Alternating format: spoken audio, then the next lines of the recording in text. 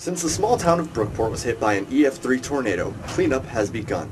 Debbie Christensen, the principal of Brookport Elementary School, says that seeing her friends and students is a good first step to recovery. We went around the school, the town, and visited our kids that had lost homes and everything, and it was something that I think the teachers needed, the kids needed, it was a good thing. On the other side of town, Amanda Henley and her family are sorting through some things that belong to her husband's aunt, who passed away in the storm. Henley says the community is in shock, but her main concern is for her son. My little boy's 6 years old, and how do you explain all this? That his little jungle gym got destroyed, and that was like the main concern. It was like, my jungle gym, my jungle gym, my jungle gym. What do you say? My biggest fear is if we ever have a storm again and the sirens go off, he's going to be scared to death. Volunteers from all over Massac County have been helping in any way they can. A local football coach, Kelly Glass, was one of the first people to show up. And he says that the atmosphere has constantly been changing around the town. That afternoon kind of stood and kind of went house to house, checking on people, and it was really Sunday a recovery, search and recovery type thing. And as the week progressed, and there were so many down power lines, so many broken gas lines, so many dangerous situations, it didn't get to where it was a cleanup thing until the middle of the week, and then that's kind of where we are now. Despite all the destruction and the debris, Henley says the whole town is thankful for the volunteers that are going above and beyond. A big thanks to all the volunteers who've come out here and worked. They've done an amazing job. They have helped everybody tremendously, and we're all so grateful. There's just so many people here that you don't even know, and they've just come to this area just to help, and it's just an awesome thing.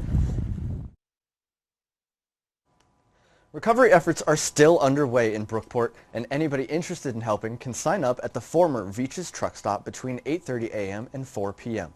Live from the newsroom, I'm Alex Wilson. A new dress code is about to take effect at the SIU Recreation Center. Starting January 5th, when people show up wearing tank tops or sleeveless shirts, they'll be asked to change or put another layer on. But it isn't for the reason that you may think. Our job in the Student Rec Center is to try to protect individuals the best that we can, and we want every patron that comes in and uses our facilities to come in and feel comfortable and to feel safe when they come in and use an environment. This new dress code is being put in place to help prevent the spread of bacteria between rec center members. And it's done primarily for the safety of all patrons, not only those people that are working out, but those people that are coming in behind them to work out on the same pieces of equipment that they're doing. Troy Vaughn is the director of recreational sports and services, and he says that he doesn't want his staff to be seen as the bad guys. I'm not in the job, and I don't want my staff to be in the job of going around and telling and enforcing people, you have to do this, you have to do that, etc. But it is my job to protect the safety of others. Vaughn says the easiest way to avoid any bacteria spread is to clean the equipment before and after using it. Some students don't like this new guideline and have even started a petition to prevent it from taking effect. Some people don't see the point, We're using old cut-up t-shirts to work out in. We don't want to use a good t-shirt that we could wear to class or out in public. The rec center plans to have shirts available for a limited time to help people adjust to the new rules. The updated policy will be enforced more strictly in January and will be focused on the 2 weight rooms and the machines up by the track. New signs will be up in the rec next week informing people of the changes.